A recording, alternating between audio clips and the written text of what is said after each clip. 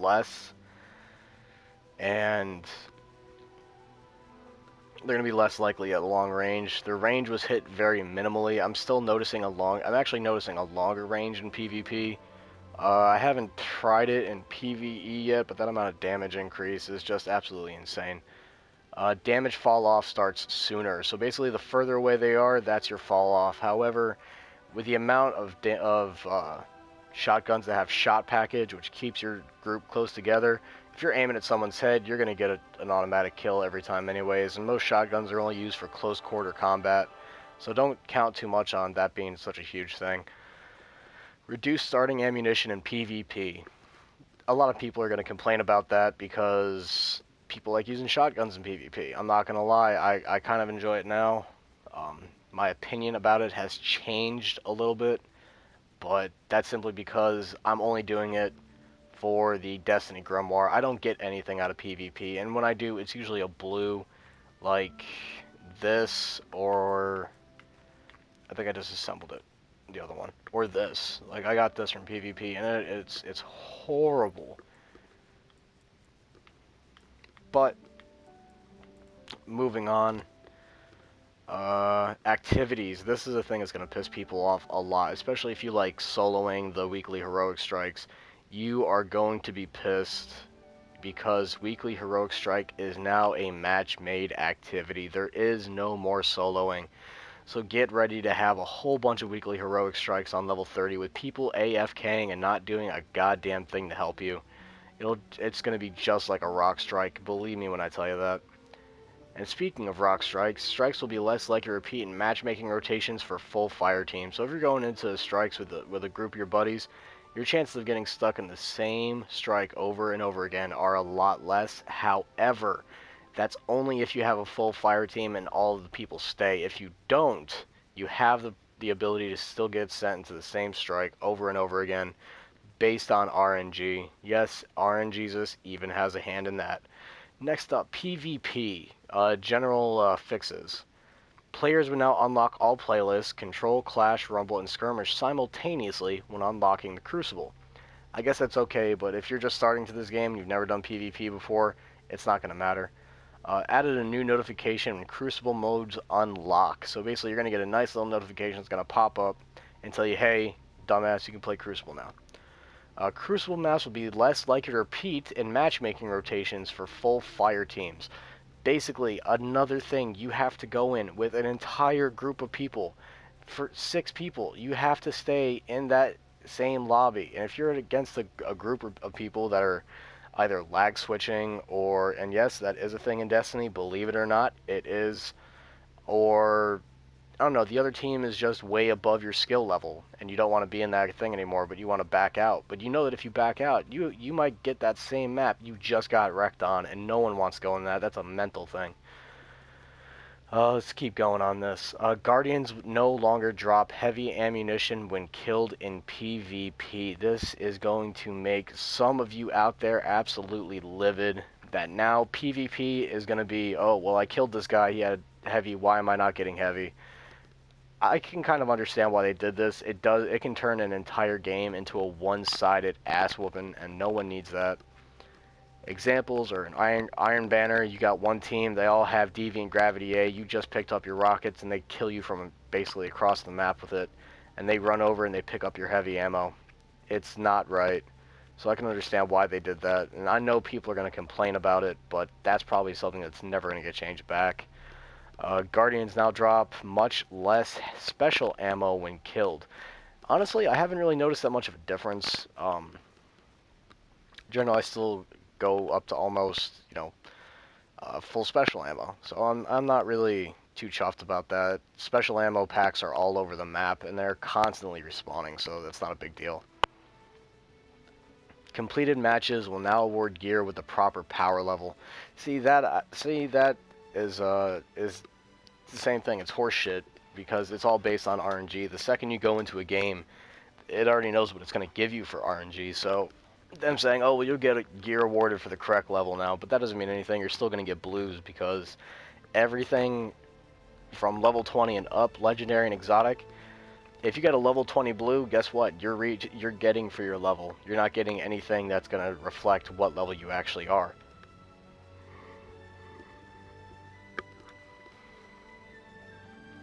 Fix the bug where there is no audio playing for the bullet that kills them.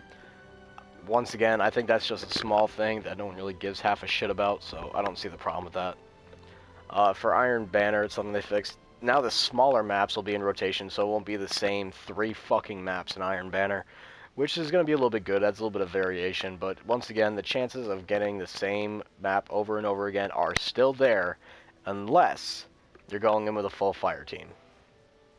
The focused aggression, this was a big one that a lot of people were pretty pissed about, because getting headshots with an auto rifle is a pain in the ass in Iron Banner especially, unless you're running the Suros. It can now be completed with pulse rifles, scout rifles, and hand cannons. There you go. Makes it a whole hell of a lot easier.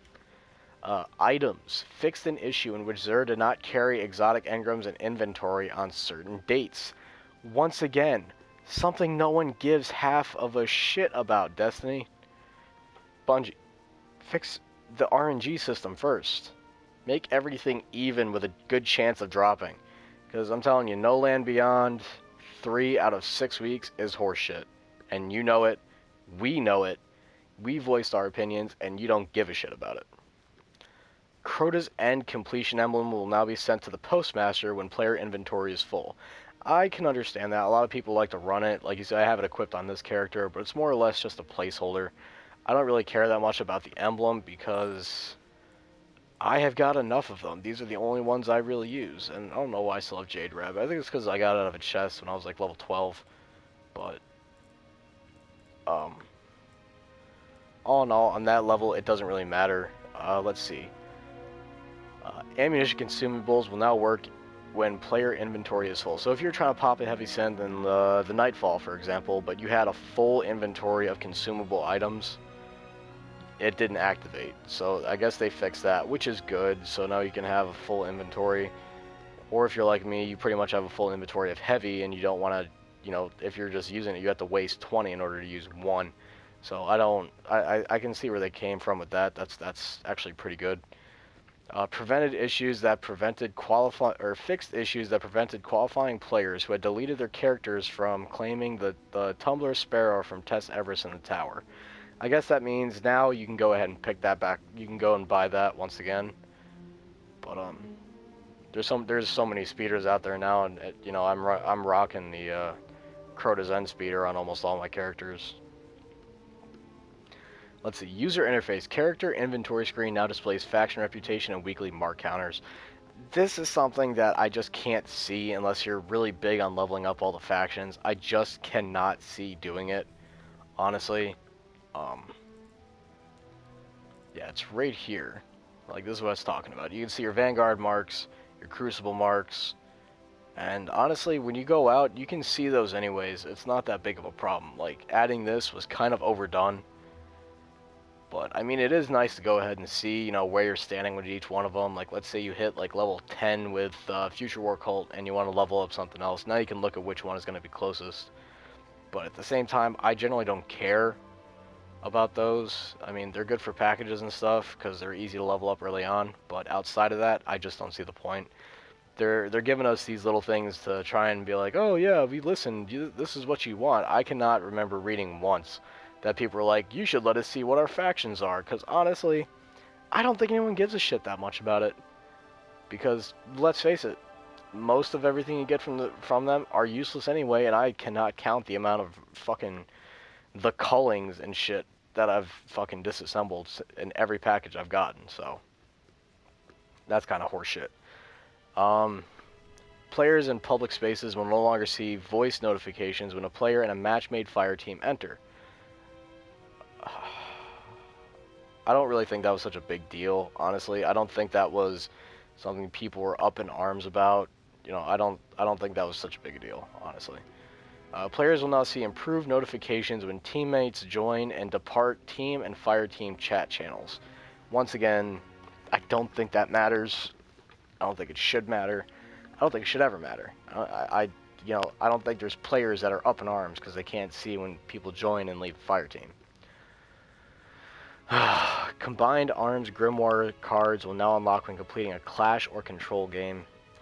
Okay, I can see that. It did change around the grimoire quite a bit. Like if you look at my score, it jumped almost 100 points since this this patch went live. You know, I was at 2635 yesterday, I think, or 2640, and now I'm at 2730. So, you know, a lot of people got a huge jump.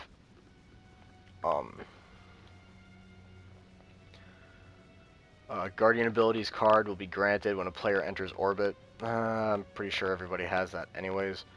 Siege Dancer's card will be granted upon the start of the Dust Palace strike. I think everybody's done that already just because they were curious and they realized how much that strike actually sucks. So, completing Crota's End now adds to the raid introduction Grimoire cards completed statistic, which basically, you know, the 50 raids, Crota's End now counts. It used to be only Vault of Glass used to count to that, but that's one of the things that's been added, so I guess that's cool.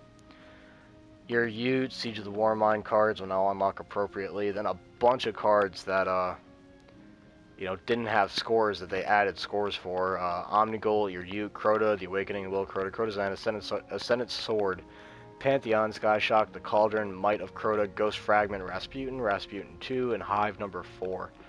So I guess that's okay. I guess that's where a lot of people's Grimoire boosts came from, were those things. Which is alright, you know, out of the 2845 that's available in the game right now. You know, I'm relatively close, I'm 115 short. But I'm working on that, and most of those are PvP, so I'm kind of pissed about that actually, but if I can get it, I'll get it, and I'll post a video when I complete the Grimoire, because I think I'll be able to say I'm one of the very, very few that do it just because of patience and people that still play the game. Technical. DLC and patch systems have been improved. I guess it's just to make it faster. Xbox One upsell from trial version. A full version no longer makes you leave the game. So I guess that when you buy the full version of the game from a trial version, it doesn't kick you anymore. So it doesn't have to do that. It automatically happens. Improved networking resilience to packet reordering. I guess that's for people that were lag switching and people that are trying to DDoS the login servers for Destiny and everything. So I guess that they worked on that. Networking improvements for certain routers. And the big one, here it is. Bug was introduced in 1.1.1 patch that caused the Vex Mythic class to spawn with less ammo in the magazine and reserves in PvP. This weapon was affected by overall fusion rifle changes because it is treated as a secondary weapon. We intend to correct this issue in a future release. Get the fuck out of here, Bungie. You people are fucking useless when it comes to fixing bugs. Don't believe me? Have your team that only does PvP go do Crota's End. Because it's obvious nobody on your fucking staff plays the raids. Because if you did, you'd see how fucking broken and fucking glitched they are. I mean, Jesus Christ, Vault of Glass is still fucking glitched, and you people are doing nothing about that. You haven't even touched that. You're more worried about people in PvP bitching and moaning about a weapon being overpowered. Alright, that's my little mini rant for today. I think I'm done talking about that. I don't want to get banned because somebody gets butthurt over at Destiny, or over at the Bungie team. But guys, that is all I have for you in today's video. This is a very, very important video. All the rest of my videos I consider important to me, maybe not so much to you guys, but this is an important thing that affects our entire community as Destiny gamers. So I haven't seen too many people talk about this. I check them daily because I like watching their content, but any of the other YouTubers for Destiny, I have not seen them talk about this, and it's something that needs to be brought up, and it's something that needs to be discussed. If you guys have a thing that you hate about this new patch that's gone live, go ahead and let me know in the comment section, and you and me can hate on it together, or anyone else that watches this video that wants to leave a comment about what they hate about it, can go ahead and leave it in the comment section. If you like this video and you like my content, go ahead and hit subscribe for more daily Destiny content from me. And as always, I will see you guys in the next video. Peace.